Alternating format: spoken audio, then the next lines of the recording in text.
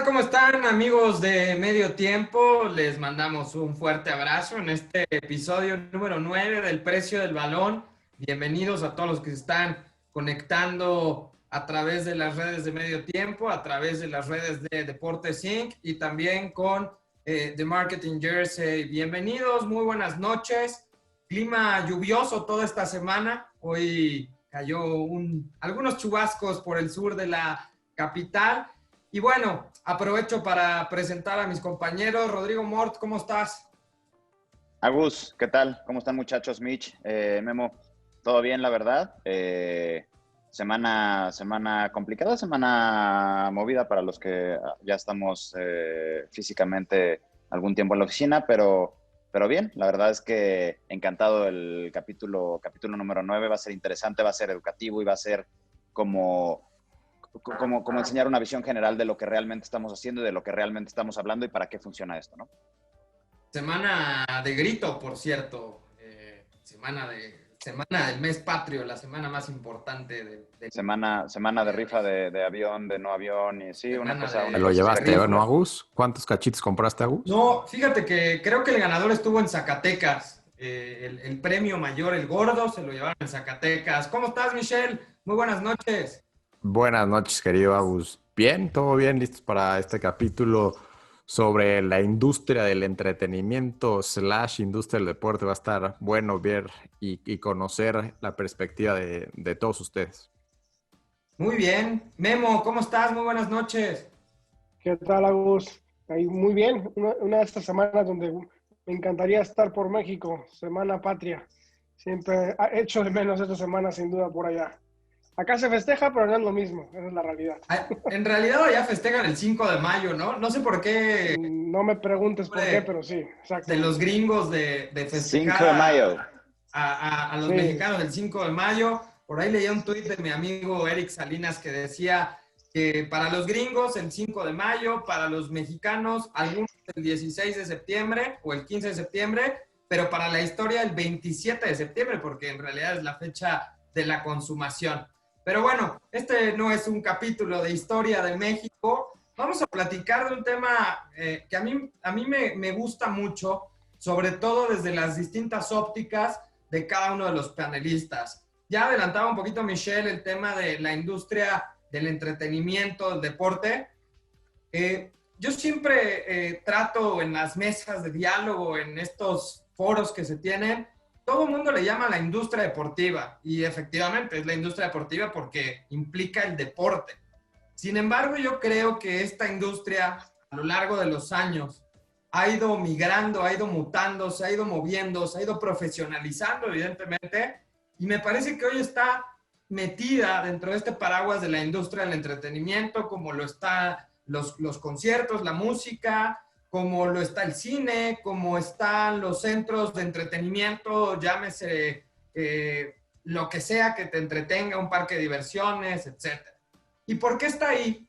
Porque justamente las personas buscamos algún tipo de distracción en nuestras labores cotidianas y casi siempre el deporte ha sido esta salida, ¿no? El deporte mueve masas, mueve emociones, mueve sentimientos, es democrático desde mi punto de vista, ahorita vamos a platicar si lo consideran así, es universal, es global, es escalable también, que esa es una de las grandes virtudes del deporte.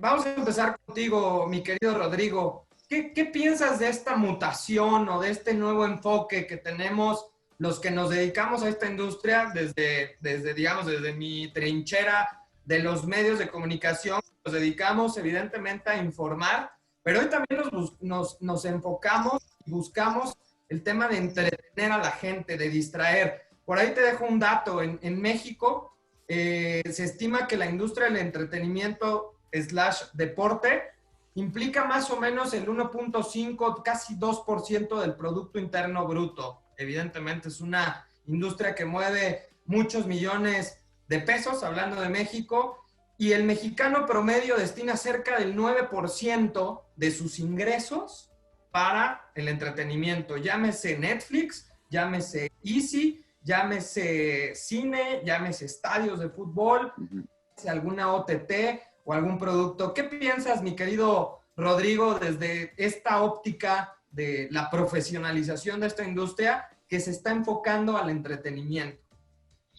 Mira, a mí me parece que el término y el bucket en donde estamos alojando al deporte dentro de esta, llamemos, evolución de simplemente ser una industria que hace deporte o que opera un deporte o varios deportes en México, varias ligas y demás, hacia llamarlo y considerarlo una industria de entretenimiento me parece correcta, ¿no? Porque al final el deporte tiene varios valores, ¿no? Dentro de los valores que tiene, evidentemente, es la competencia, la lealtad y demás, pero dentro de esos valores creo que uno de los principales es la responsabilidad de ofrecer un producto de calidad, ¿no? Un producto que realmente sea atractivo y que el consumidor y el aficionado quiera consumirlo, ¿no?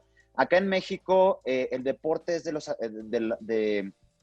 quiero llamarlo, de las partes de la industria del entretenimiento que son más accesibles para el público en general. Es decir, evidentemente, si vas al estadio, pues hay boletos que serán más caros que otros y demás, pero si tú de pronto tienes una familia y lo que quieres hacer es hacer un buen domingo, hacer un buen sábado, llevártelos al estadio, comer al estadio, ver un partido de fútbol, regresar a la casa y demás, me parece que es una de las industrias como más accesibles y que ofrecen un retorno bastante, llamamos, equitativo a lo que tú inviertes para poder ver un espectáculo y realmente generar un momento familiar de entretenimiento el fin de semana que te ayuda además a escapar, como bien decías, de la rutina del trabajo y demás, ¿no? Para las marcas, por ejemplo, y yo siempre lo he visto así desde el pasado, incluso desde Federación, pero Adidas, Coca-Cola y ahora en Kia, me parece que hay un concepto muy importante que entra dentro de las industrias del entretenimiento que se llama los passion points del mexicano, ¿no? ¿Cuáles son estos puntos en donde el consumidor mexicano olvida la racionalidad y se conecta con un elemento emocional que lo hace, que lo abre a tener mucho más posibilidad de ser impactado o de ser, llamemos, de acercarse a otros temas que están relacionados con el deporte? Y me parece que como passion point tenemos la música, tenemos gaming, tenemos, como tú decías, el cine, los conciertos y demás. Y el deporte me parece que es uno de los más importantes en México porque, como bien dices, y estoy totalmente de acuerdo contigo, me parece que es universal y es totalmente democrático, ¿no? Aquí no hay, no se hacen diferencias en cuanto al deporte, por lo menos desde el lado del aficionado. Y me parece realmente un elemento súper atractivo también para las marcas, ¿no? Hay N cantidad de marcas que están dispuestas a asociarse a la industria del entretenimiento y en este caso al deporte y destinar un presupuesto bastante alto, en algunos casos de su presupuesto de marketing, un porcentaje alto de su presupuesto de marketing y de operación para poder generar estos impactos y acercarse al aficionado en un momento en el que este consumidor quiere ser impactado, quiere interactuar con otro tipo de cosas en el deporte y no está obligado a hacerlo. Es decir, cuando tú le pones un anuncio, por ejemplo, en redes sociales, pues es un poco estoy viendo un contenido, me metes un anuncio, es complicado, a lo mejor te rechazo más de lo que te acepto porque yo estoy en otra cosa. Pero en el momento del deporte, me parece que el consumidor está abierto a este tipo de impactos y por eso a las marcas les parece tan atractiva, porque no le estás imponiendo una venta, ¿no? Eso es bien importante. No le estás imponiendo una venta, le estás imponiendo una experiencia. Y la parte de las marcas que tienen que entender es que el deporte no es un vehículo para vender, el deporte es un vehículo para generar experiencias propias del deporte y propias de las marcas, para entonces enganchar a alguien con tu marca y poderle eventualmente hacer una oferta, ¿no? Hacer una oferta de un producto que si le gusta está muy bien y tiene una asociación a su club de fútbol, a su liga, a su selección o algún momento que al aficionado más que interesarle le gusta y está conectado a las emociones, ¿no? Entonces en México me parece que las marcas van por ahí. Hay presupuestos importantes dedicados a esto y el mexicano también ya lo está empezando a entender así. Es decir, en un momento complicado como el que estamos viviendo y en general económico, las familias tienen que también dedicar un momento a entretenerse y olvidarse de todo. Y me parece que el deporte es el vehículo correcto para poder hacerlo porque, una vez más, es democrático y es accesible. Y las marcas lo entienden así, ¿no? O sea, hay una concepción errónea de decir, si yo entro al deporte voy a vender más. Pues a lo mejor no es tu objetivo, ¿no? A lo mejor tu objetivo no es vender más. A lo mejor tu objetivo es que te ubiquen como la marca que está asociada al deporte porque compartes valores positivos con la institución, con el deporte en general. Juegos Olímpicos, por ejemplo, que más que un tema comercial es un tema de hermandad y demás. Hay muchas maneras de poder hacerlo y como parte de la industria del entretenimiento y de la conexión emocional, me parece que es una buena idea. Tengo una pregunta para ti, Rodrigo. A ver. O sea, tú obviamente estás muy metido en la parte de las marcas y hablaste de un budget o un presupuesto para marketing. ¿Dentro de las marcas lo ven como marketing tal cual o lo ves como un presupuesto de publicidad o ya estoy metiendo tecnicismos indiferentes? Depende de la empresa, fíjate. En el caso de donde a mí me tocó trabajar, que son marcas que naturalmente están vinculadas al deporte, ¿no? Adidas, Coca-Cola, en este caso Kia, que tiene elementos deportivos nacionales y globales, ¿no? Muy, muy reconocidos, o llamemos, pues sí, o sea, reconocidos mundialmente por los aficionados. Sí existe una parte específicamente que se llama Sports Marketing, que está incluida dentro de la parte de marketing y comunicación y publicidad, que es generalmente en el departamento en el que yo he estado y estoy ahora, pero sí hay una fracción que se llama Sports Marketing, que sirve para dos cosas, que debería servir para dos cosas, ¿no? Sirve para tener un presupuesto operativo con el cual pagar un patrocinio y sirve para tener un presupuesto con el cual activar o crear contenido o crear la activación dentro del patrocinio. Ya en la parte general de marketing es donde está la parte de medios, que es la parte de la inversión que tienes que hacer para poder darle salida a esa asociación y a esa generación de contenidos. Entonces, son tres partes que están dentro de la parte, ya vemos, general de marketing y comunicación, que es el presupuesto para asociarte a ese patrocinio, el presupuesto para crear cosas alrededor del patrocinio y presupuesto para activar y para poder amplificar ese patrocinio. Pero generalmente está en una parte que se llama Sports Marketing dentro de la parte de marketing y la parte de medios es general. Ahora, Rodrigo, una pregunta ahí. ¿Eso dirías es la regla o es la excepción? O sea, ¿la mayoría de las marcas en México tienen su sección de sports marketing o no? Ahora sí que el silo de marketing es quien controla presupuesto, activación, etcétera. En general, el silo de marketing es el que controla, evidentemente, la estrategia de marketing, comunicación, publicidad, y la parte de sponsorships funciona de dos maneras en general en las empresas. O es un departamento específico dedicado a la parte de sponsorship que tiene su propia operación, su propio mecanismo de venta y su propio presupuesto, o está del lado de marketing. A mí me parece que la generalidad lo tiene incluido como una parte específicamente de patrocinios, ¿no? Porque las marcas están vinculadas a elementos patrocinables, que puede ser, una vez más, música, puede ser cine, puede ser deporte, puede ser, no sé, o sea, otro tipo, el tema, por ejemplo, de influencers y demás. Yo creo que la mayoría de las marcas lo ve como un tema específicamente de sponsorship y de activation y de media relacionado a eso.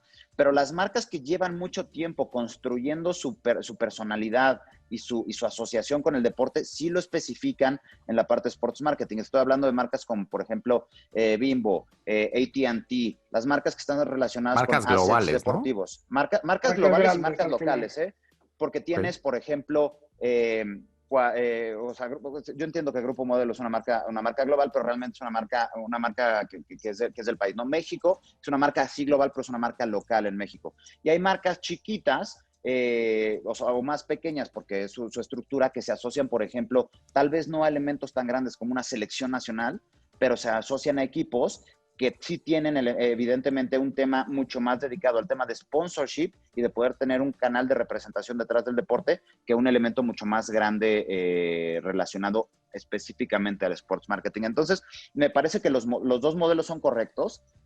Existen los dos tipos de modelos, pero las empresas tradicionalmente deportivas o tradicionalmente asociadas al deporte sí tienen una consideración detrás del sports marketing como una parte operativa, porque maneja contratos, ¿no? También contrato de asociación y de patrocinio específico de assets individuales, globales, equipos y demás.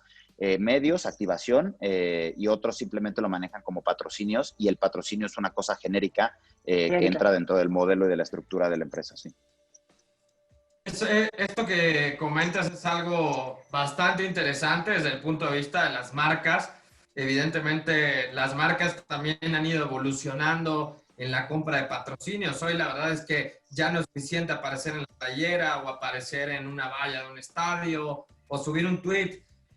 Como bien lo decías, hoy las marcas se están involucrando de diferente forma. Hoy a mí me ha tocado trabajar con muchas marcas en las cuales ya hay una estructura, como dices, de marketing, pero ya hay un área específica de patrocinios, que no existía eso hace 5, 7, 8 años, ¿no?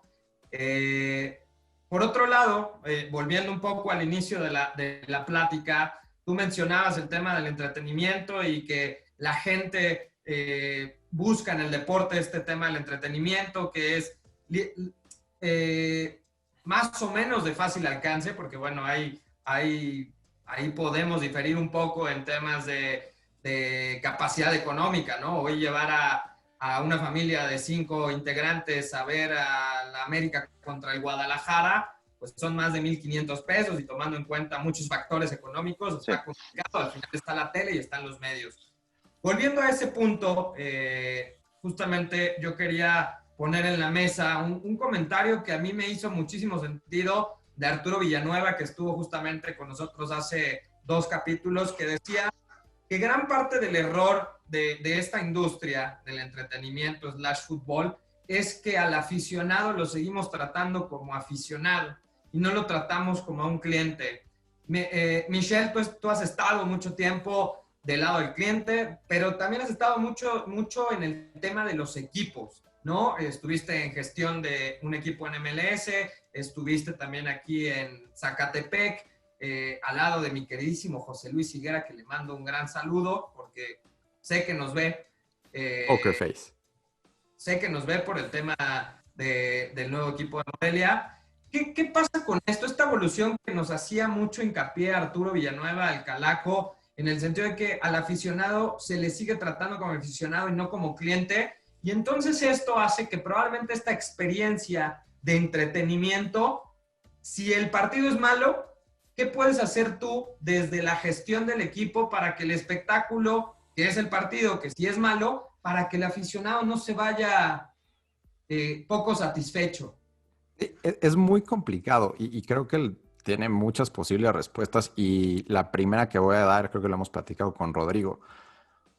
Creo que es un mito, desde mi punto de vista, tratar de vender un producto poco exitoso en la cancha, ¿no? Es muy difícil, o sea, es muy difícil poder llegarle al equipo, a la afición, cuando lo que está representando en la cancha o los resultados no son buenos.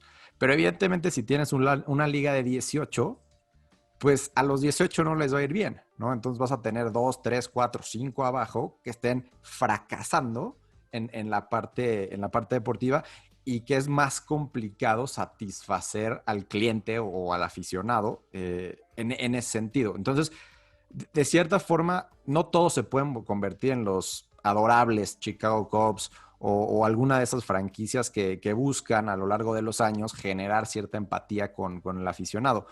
Entonces, todo se tiene que complementar desde mi punto de vista con un buen manejo de todos tus assets, ¿no? De todo lo que tú proyectas como club, y es tratar de tener gente posicionada en todos los niveles que te ayude a comunicar eso, y eso va desde el entrenador, que el entrenador trate o haga su mejor esfuerzo por tener una buena capacidad de comunicación en las ruedas de prensa, que una entrevista la haga bien, que sea digna, que le pueda mandar el mensaje correcto al aficionado.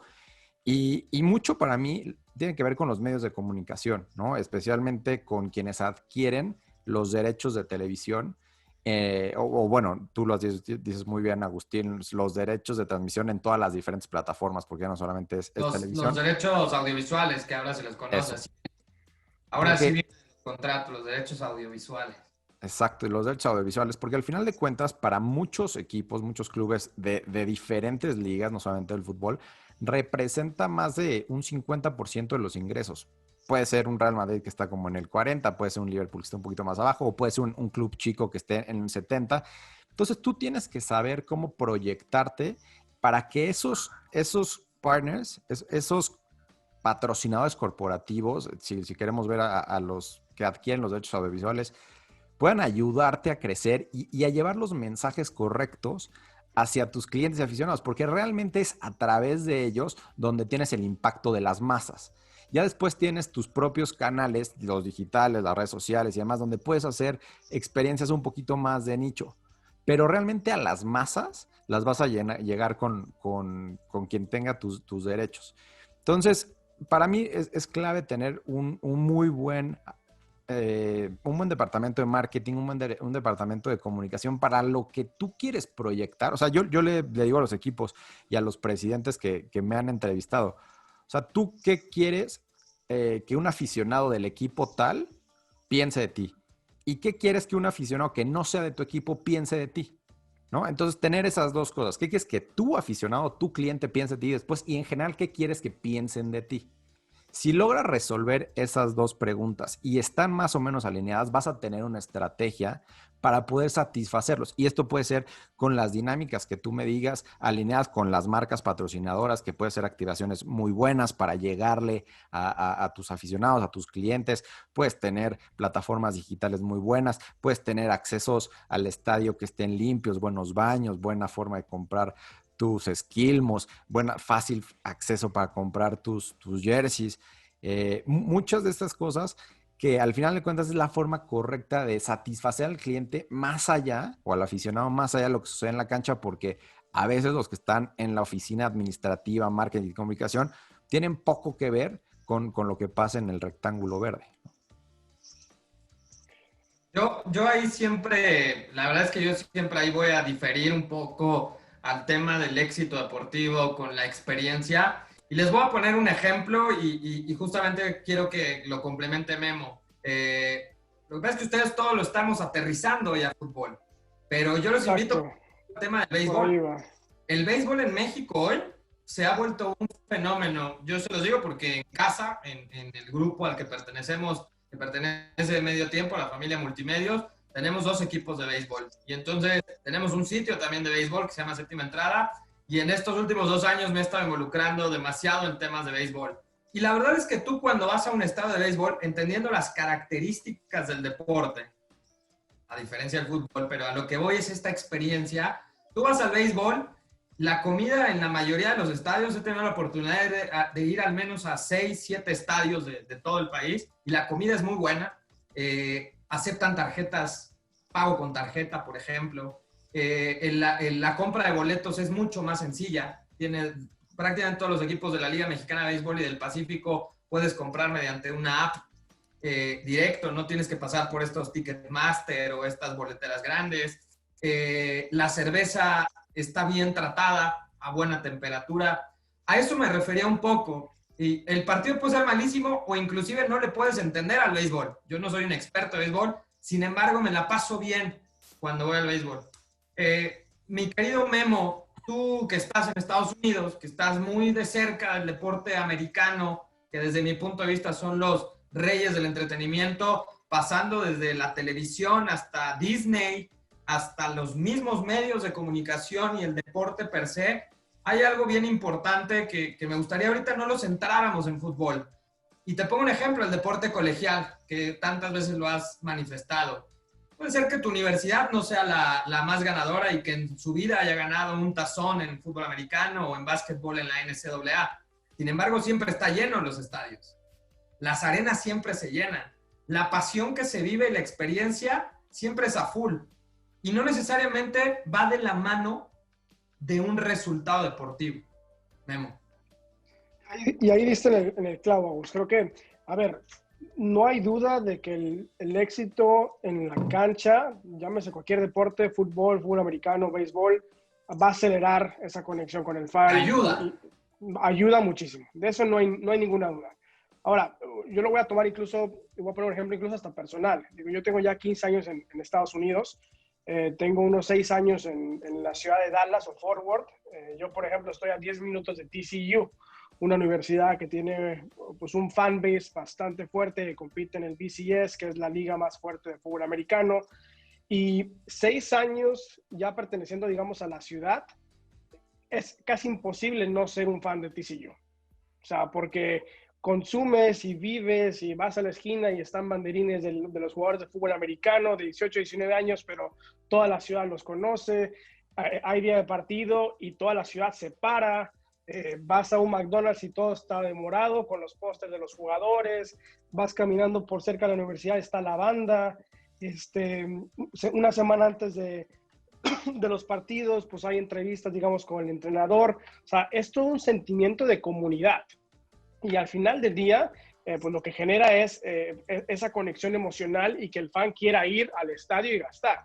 Y sí, a ver, TCU no es un Alabama, no es un Clemson, no va a ser campeón nacional ni este año, bueno, este año no por la pandemia, ¿no? Pero no va a ser campeón nacional en los próximos 10, 15 años y eso no mueve la aguja en cuanto a quién va al estadio o no.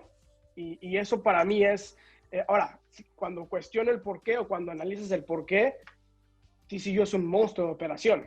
O sea, su departamento de marketing, por ejemplo, es de los mejores de todo el país. Y no tiene a 5 personas de marketing, no, tiene a 25. Y tiene a 5 personas generando video para todos los programas de la universidad. Fútbol americano, béisbol, fútbol soccer, natación. O sea, todos con su videógrafo personal para el equipo generando contenido. Ahora, es un ejemplo puntual. ¿Ibas a decir algo, Agus? No, que nada más para complementar ese tema, creo que lo que decíamos y como arrancamos el tema es que esto es escalable. O sea, del ejemplo que nos pones hay 25 de marketing. Sin embargo, Deja dimensionar un punto yo la aquí. Nacional de Baloncesto Profesional en México tiene a 3 personas por equipo, a 2 personas por equipo, y me parece que están creciendo. No a los niveles del fútbol mexicano, no a los niveles de la Liga MX, sin embargo, con ciertos esfuerzos y ciertos ajustes de tratar al fan como un cliente, me parece que va avanzando y se va moviendo. Yo creo, déjales decir una cosa rápido, para seguir Sí. con el punto de Memo, porque evidentemente son operaciones muy robustas y creo que tú ya mencionaste algo muy clave, que es toda la parte de la tradición y ya es una costumbre, ¿no? Una costumbre de décadas. Y mencionamos el fútbol porque es donde tengo la experiencia y donde me hiciste la pregunta, pues por eso te hablé de fútbol. Pero el punto es que es complicado para los mexicanos, en general los clubes mexicanos, cambiar drásticamente la experiencia en el estadio. ¿Por qué? Porque mencionaste muy buenos ejemplos en el béisbol. Ahorita en Tijuana pues, y en Monterrey creo que también, tienes tus lugares para rentar tu propio asador y puedes echar un relajo muy bueno, pero yo no veo eso sucediendo en el Estadio Azteca. O sea, porque o sea, te lo digo, o sea, lo puedes poner, pero no sé si va a tener el mismo impacto. ¿Por qué? Pero Porque yo te pongo un ejemplo de otro el fútbol se estadio. consume de forma diferente en México de cómo se puede llegar a consumir el básquet, que ahorita le quieren meter lana a la liga y con que llegue la G-League con los capitanes y la lana que le están metiendo a la Liga de Pacífico y la Liga Mexicana de Béisbol, el nuevo estadio aquí en la Ciudad de México. O sea, creo que es más fácil hacer esos cambios en donde todavía no hay una tradición y donde puedes empezar prácticamente de cero a enseñar tu nuevo producto, a hacer un cambio 360 en plazas ya establecidas donde ya están acostumbrados a algo. Te pongo un ejemplo muy puntual de fútbol profesional y que se lo comenté a Arturo Villanueva el día que estuvo con nosotros. Tijuana, Cholos. Claro. Adentro del estadio hay un casino, adentro del estadio hay un bar, por si el partido está espantoso 0-0, te vas al bar y ves pantallas y puedes jugar. Y después de que termine el partido, compras un brazalete negro, que justo se llama así el pase black, y terminando el partido, 3 horas después hay un after y es un antro. A lo que voy es, en algún momento en el Estadio Azteca hubo un restaurante, el Freedom, ¿se acuerdan? O sea, Freedom, creo que siempre hay formas de hacerlo. Lo que pasa es que yo creo que de pronto piensan que estas propuestas son inviables porque son altos costos probablemente, pero yo no puedo creer que un equipo como Guadalajara, como Rayados, como Tigres, como estos equipos grandes no tengan presupuesto que en 3-4 años va a ser un incremento de camisetas, de abonos, de consumo de partidos, de ratings, y eso a la larga pues te da más ingresos en los derechos audiovisuales. Y a ver, creo que para mencionar un ejemplo, la Selección Nacional de México. O sea, ustedes vean las activaciones de la selección en el Azteca y vean las activaciones de la selección con partidos de Zoom. O sea, es una diferencia abismal. O sea, yo recuerdo el año pasado, cuando trajimos a la selección aquí a Dallas, hicimos un evento de 3 días. Y 2 días antes del partido, montamos en la plaza de Downtown Dallas un concierto. Y miles de personas a ver a la selección 5 minutos. literal, porque lo que hizo la selección es, llegó en un autobús, obviamente con seguridad, se bajaron todos, repartieron balones, autógrafos y de regreso al hotel y se acabó. Y un evento de 6 horas donde hubo conciertos, donde hubo leyendas, donde hubo gaming, o sea, es todo ese concepto de entretenimiento que al final genera una conexión emocional. Eso, la misma selección, los mismos jugadores no tienen esa experiencia en México. Y ellos mismos te lo dicen. Y por eso es que les gusta venir a Estados Unidos, porque viven cosas que en su propio país no lo viven. Sí, ahí creo que hay un tema bien importante y creo que a veces se pudiera como entender como que no lo vemos porque insistimos en el tema deportivo versus el tema de resultados y el tema de estrategia y demás. Pero me parece que el tema, y que luego Memo y yo discutimos también, que tiene que ver con el tema también un poco nacional, que es el tema de la educación y de la cultura, ¿no? Creo que en el deporte, el tema de la educación y de la cultura también juega un rol básico para poder entender cómo se vive ese momento como parte de entretenimiento y como parte de la industria del entretenimiento. Es decir, en Estados Unidos es culturalmente arraigado que el deporte se vive desde que naces hasta que te mueres y está involucrado en cada uno de los layers de tu vida. No hay manera de que escapes al deporte como no hay manera de que escapes a impuestos. O sea, esa frase de Dead and Taxes debería ser Dead Sports and Taxes. ¿Por qué? Porque el deporte está involucrado en el ADN de todo lo que se hace en Estados Unidos. Por eso, las universidades tienen esos grandes programas deportivos que a veces son más grandes que equipos de ligas profesionales. Que todas las ligas. Y lo adaptan como parte de su día a día cultural y de su día a día con la familia y de su día a día de cómo se tiene que vivir. Por eso, los equipos que no tienen posibilidad de pelear campeonatos, por ejemplo, nacionales, equipos colegiales, siguen siendo relevantes porque son parte de la vida de una persona. O sea, es como no vas a descartar a tu familiar el que tiene problemas simplemente porque tiene problemas. O sea, al final es parte de tu familia. El deporte es lo mismo. Entonces, el tema de competencia es bien importante, pero el tema de la experiencia como parte de tu vida es básico. Y en México, el deporte no es parte de la cultura, es parte de lo que el mexicano puede utilizar para olvidarse de todo lo demás que vive. Y una cosa muy diferente es lo que haces, lo que quieres hacer y cómo debes hacerlo. Lo que haces está definido por lo que estás haciendo hoy en el deporte y hacen los equipos y las experiencias que se generan. ¿Cómo debes hacerlo? El ejemplo es el deporte norteamericano, punto. No hay otra opción.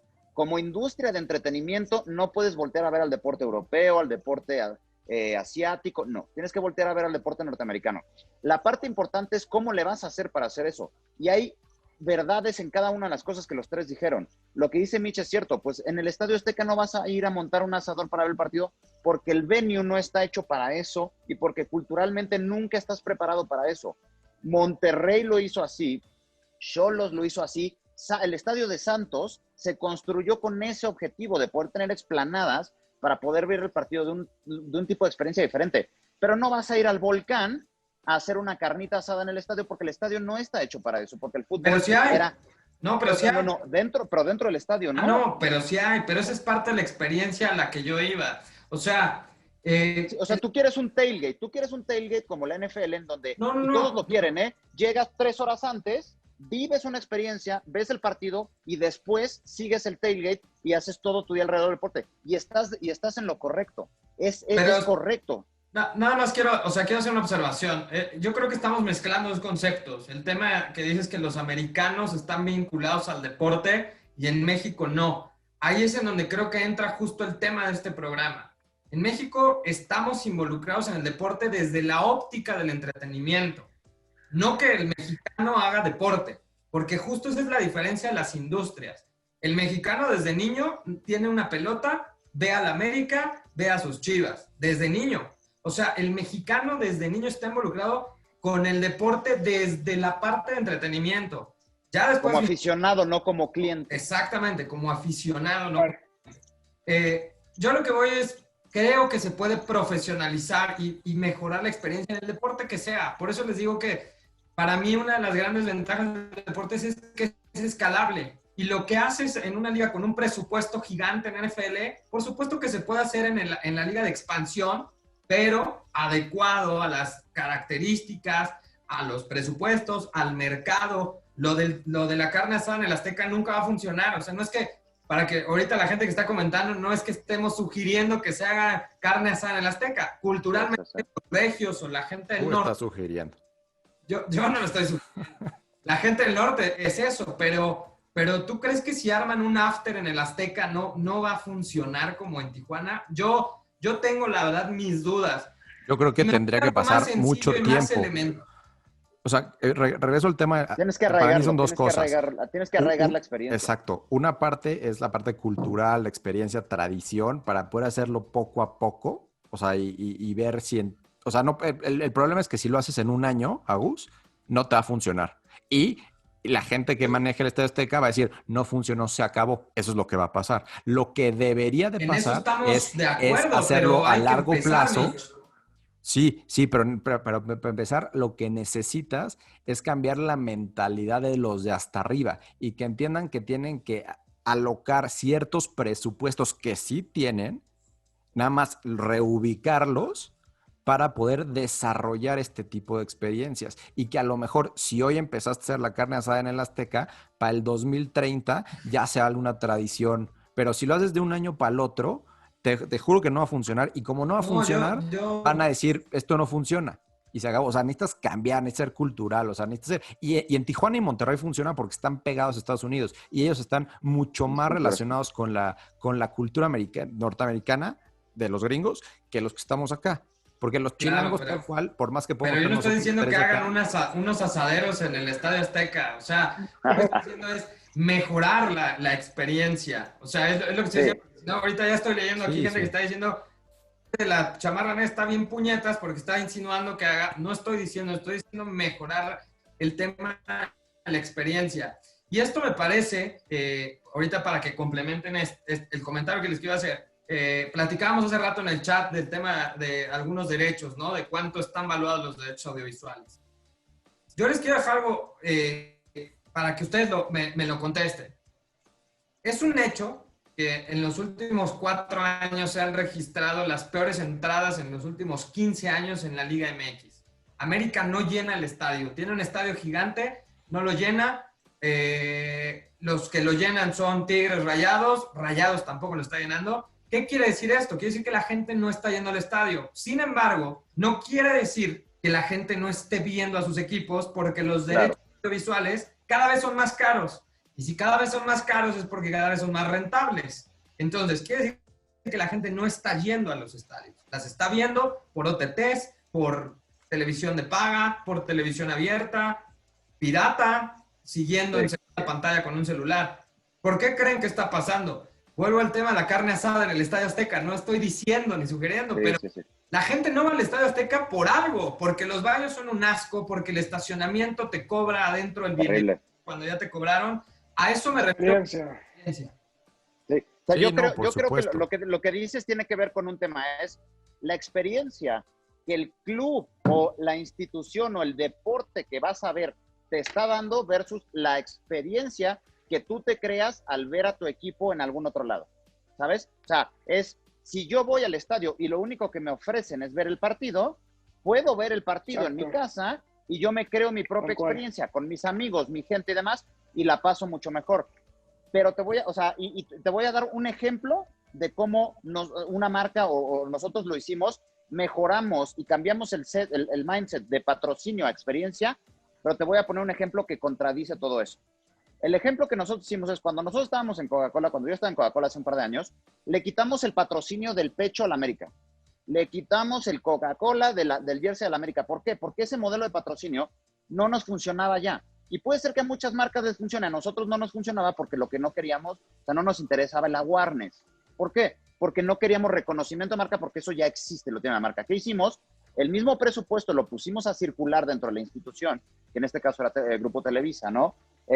Y Club América y demás. Y lo que generamos fueron 2 lugares en el Estadio Azteca que se llamaban los Coca-Cola Lounge, que te generaban a ti como aficionado, por lo que pagabas por el boleto, una experiencia diferenciada a lo que pasaba en el resto del estadio. Claramente los palcos no cuentan, pero lo que pasaba en el resto del estadio, que era, tenías acceso a comida ilimitada, a bebida ilimitada, música, 1 hora, 2 horas antes del partido y 1 hora después del partido, te podías quedar a hermanar en ese lugar, y el acceso a esos boletos era muy fácil e incluso se regalaban. Entonces pusiste a circular el dinero de una manera en la que te conviertes, no de patrocinador, a un generador de experiencias y además generas una maquinita de retorno de inversión a tu patrocinio porque hay una venta específica detrás de un asset que tú compraste. Pero la parte en la que te va un poquito a matar el tema que dices de voy al estadio o me quedo en mi casa es la NFL, y esto va a ser totalmente debatible y me vas a incendiar el rancho. La NFL es un deporte que está hecho para verse en televisión. Punto. No está hecho para verse en un estadio. Que se vea en un estadio está muy bien, pero el deporte es un deporte hecho para verse en televisión, con repeticiones, con acercamientos, porque el fútbol americano profesional de la NFL es un híbrido entre varios deportes, empezando por el rugby, pero está hecho para verse en televisión. Cuando tú lo ves en televisión, puedes armar o sea, como lo hacen los gringos, ponen su garage, su hielera, su pantalla enorme y demás, invitan a la gente y se hacen su domingo porque ven no solo el partido de su equipo, sino el de muchos. ¿Por qué la gente sigue yendo a ver a los equipos en el estadio y se genera su experiencia en el tailgate, después del partido? Exacto. Y en el estadio? ¿Por qué? El producto no es tan bueno verlo en vivo como verlo en televisión, pero la gente llena los estadios de NFL en su mayoría o en una temporada tradicional. ¿Por qué? Ahí está el tema de realmente la experiencia de estar en el estadio es mejor que la de estar en tu casa, o qué te están dando extra. La palabra no creo que mejorar. ahí es, la palabra me parece, es pertenencia. O sea, en ese ejemplo, la palabra me parece que es pertenencia. Lo que yo te decía antes, que el deporte está intrínseco en el ADN del norteamericano y lo hacen parte de su vida sin importar que haya mejores experiencias que ellos se puedan fabricar. Ellos tienen que estar viendo al equipo. Y la parte más importante de todas estas experiencias es que los norteamericanos generan experiencias de tal nivel que la gente que incluso no es aficionada al equipo que está jugando va a verlo. No por el equipo, por la experiencia alrededor del partido. Porque puede ser como en el béisbol que no le vayan a ese equipo, que no lo entiendan o demás, pero es tan importante la experiencia que se genera como entretenimiento alrededor de un evento deportivo que la gente le vaya o no al equipo. El béisbol en México lo está haciendo bien, pero como dices, tu producto, o sea, no van por tu producto, van por la experiencia que genera tu producto. Entonces, tu producto tampoco es tan bueno. Pero eso la verdad es que te lo digo desde casa. Mi queridísimo Willy González, que es vicepresidente de Sultanes, tiene una frase que a mí me encanta. No sé si sea de él me la compartió, y me dice, una butaca vacía jamás te va a comprar una cerveza. A Willy González le importa un pepino si le entienden al béisbol o no. A la directiva de su lo que quiere es que la caja registradora suene. Mitch. Sí, o sea, ahí tienen absolutamente toda la razón, ¿no? O sea, tienes que generar pertenencia y que la experiencia sea buena para llenar estadios. Yo nada más quiero cerrar, si es que ya estamos cerrando, con amarrando los conceptos que dije al principio en cuanto a la importancia de darle su lugar a los derechohabientes de los derechos audiovisuales. Y al final de cuentas se amarra con lo que dice Mort. Y yo le llamo el círculo virtuoso, ¿no? En el momento en el que la economía da, porque a pesar de la pandemia, pues sigue dando para que se sigan pagando ciertos montos importantes para pagar y que la gente vea. ¿Qué pasa? Se paga más de derechos de transmisiones porque están generando más de la parte de marcas y la venta de los espacios que las televisoras o las OTTs o quien sea están alocando a esos espacios. Entonces, en esa parte, al menos en ese porcentaje de ingresos que tienen los equipos, está aumentando el dinero año con año. A lo mejor con la excepción por la pandemia. Pero si ellos logran estabilizar los ingresos que tienen en los otros rubros, querrá decir que tienen un excedente en sus ingresos, ¿no? Si utilizaran ese excedente para contratar a mejores personas o con las personas que tienen lograr que los baños del Estadio Azteca estén mejor, entonces así podemos llevar a la gente a los estadios. Lo que pasa en el fútbol mexicano, y perdón por rezar el fútbol mexicano, lo que pasa es que todos esos excedentes se lo pelean para inflar los sueldos de los futbolistas. Y ojo, no estoy en contra de que a los futbolistas se les pague mucho dinero, al final de cuentas es oferta y demanda y se les paga lo que se les paga, pero en México se les paga mucho más que en otros lugares porque estos excedentes se están utilizando para eso en lugar de alocarlos hacia donde puedes crecer a largo plazo tu producto. Entonces, creo que ese es el círculo virtuoso que debe de haber. Y no tengo nada en contra de que los futbolistas sean millonarios. Al contrario, qué bueno que luchen por cada centavo. Te hizo sentido lo que dijo cortas. nuestro presidente hace 2 semanas, Mitch. Que no es que haga sentido, pero él le voy a decir al presidente lo que ganan los beisbolistas y se va a dejar de hablar porque ganan los beisbolistas más que los futbolistas. Entonces, por ahí. Y para cerrar, mi otro punto es un equipo de la Liga Mexicana de Béisbol a mí me ofreció un trabajo hace 3 años y cuando me ofrecen el sueldo era menos de lo que yo ganaba en mi primer trabajo después de saliendo de la universidad. Y era para un puesto de abajito el director general. Y decía, o sea, ¿cómo puede ser que busques mejorar tus experiencias, tu producto, si no estás contratando a las mejores personas? Y no que yo sea la mejor persona, pero no vas a atraer al mejor talento con sueldos muy, muy bajos. Entonces, repito, o sea, todo lo que se viene generando tiene que ser alocado de forma más inteligente por quienes toman las decisiones hasta arriba.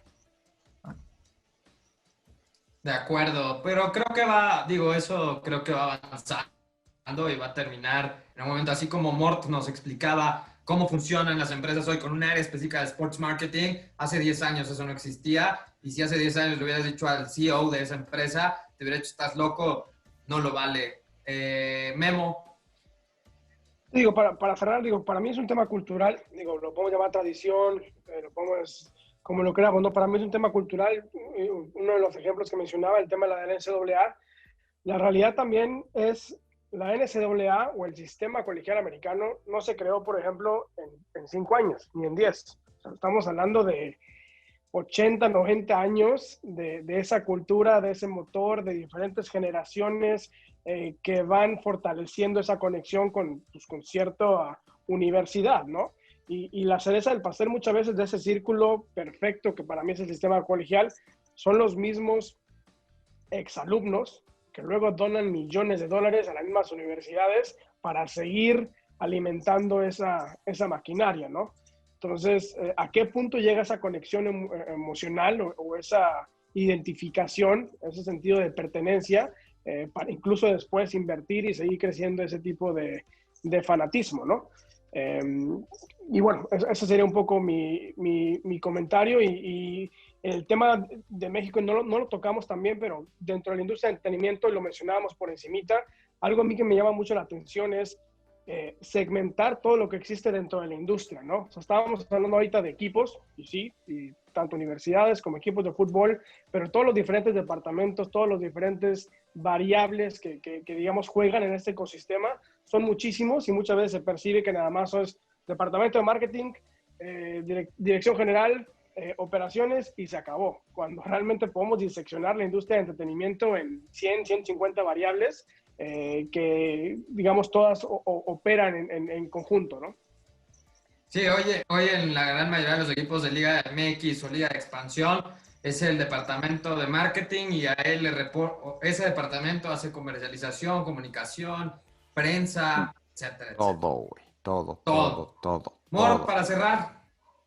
Nada más dejar como puntos al aire porque son importantes, sobre todo para la gente que quiere entrar al mundo del deporte, ¿no? Que quiere entrar al mundo deportivo desde los focos que hay, desde las agencias que activan al deporte, desde las instituciones, equipos, ligas y demás, desde las marcas que están asociadas al deporte o de cualquier elemento que esté ligado, o incluso lanzar su propia empresa de representación y demás.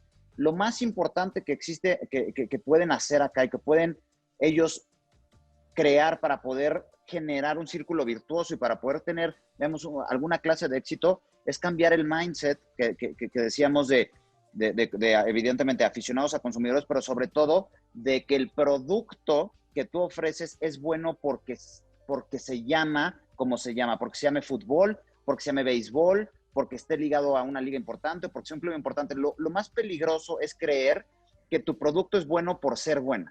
porque tiene un nombre, porque tiene una historia o porque tiene relevancia geográfica, por lo que tú quieras.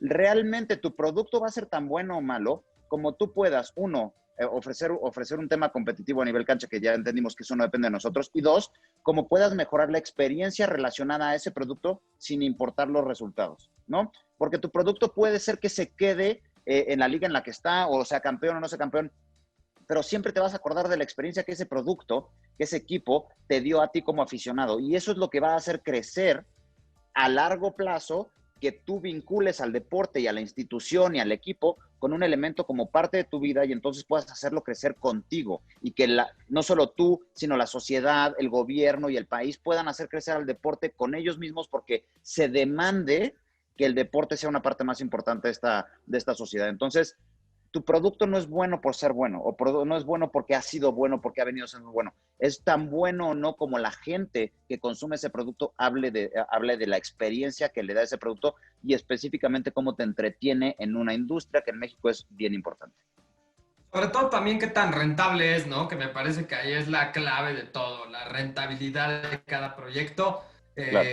Los equipos de la Liga MX versus la Liga Mexicana de Béisbol versus la Liga Nacional de Básquetbol. Medir la rentabilidad, no medir presupuestos ni los podemos comparar, sino medir la rentabilidad en cuestión. Claro. Y ahí en el básquetbol, vamos a ver, digo, ahorita lástima de la pandemia, porque se viene algo muy interesante que tengo todas las ganas de ver. ¿Qué va a pasar con Capitanes en la G-League? Porque ahí sí vamos a estar un equipo en la Ciudad de México compitiendo en la Liga de Generación de Talentos de la NBA. Va a ser para mí algo muy interesante. Es un proyecto interesante, por eso les decía, creo que este tema da para muchos más programas, para muchos más análisis. A mí me encanta este tema hablando de la parte de entretenimiento y cómo mejorar las experiencias, y creo que hay grandes profesionales, como dice Mitch, lamentablemente algunos no muy bien pagados, pero cada vez hay mucho más avance. Las ligas se están concentrando en eso. Yo insisto, la Liga MX debe tener, si no el botón rojo para apretar, pero debe haber algunos focos encendidos del por qué no está yendo la gente a los estadios. Se está consumiendo el producto, pero no en los estadios, y eso me parece que le ha de estar dando más de 2 o 3 vueltas a los dueños del fútbol mexicano. Pero bueno, ha sido, me parece, un gran programa. Hubo mucho más polémica, más diálogo, eso también me gusta. Más desacuerdo, que siempre es importante porque nadie tiene la verdad.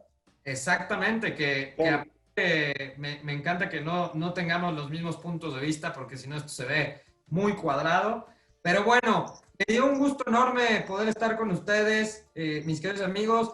Saludos a toda la gente. Estamos ya por cerrar esta transmisión en vivo a través de Medio Tiempo, a través de Deportes Inc. y de Marketing Jersey. Esta transmisión se va a cerrar, pero se quedará de todas formas. Pueden escucharnos en un podcast desde la Reda por iTunes y por Spotify, y en Deportes Inc. también desde Spotify. Y estás también en el iTunes. YouTube. En el YouTube. También. Este lo estamos haciendo más exclusivo del YouTube, y aparte tenemos otro podcast en Spotify y iTunes. Perfecto. Pues sigan a Deportes Inc., a The Marketing Jersey, a mi querido Rodrigo Morte en sus redes. Yo les mando un saludo, ha sido un gran programa. Feliz fin de semana, ya se nos está acabando esta semana del mes patrio, se viene el pan de muerto y después las posadas. Que estén muy bien, hasta luego, buenas noches. Buenas noches. Gracias.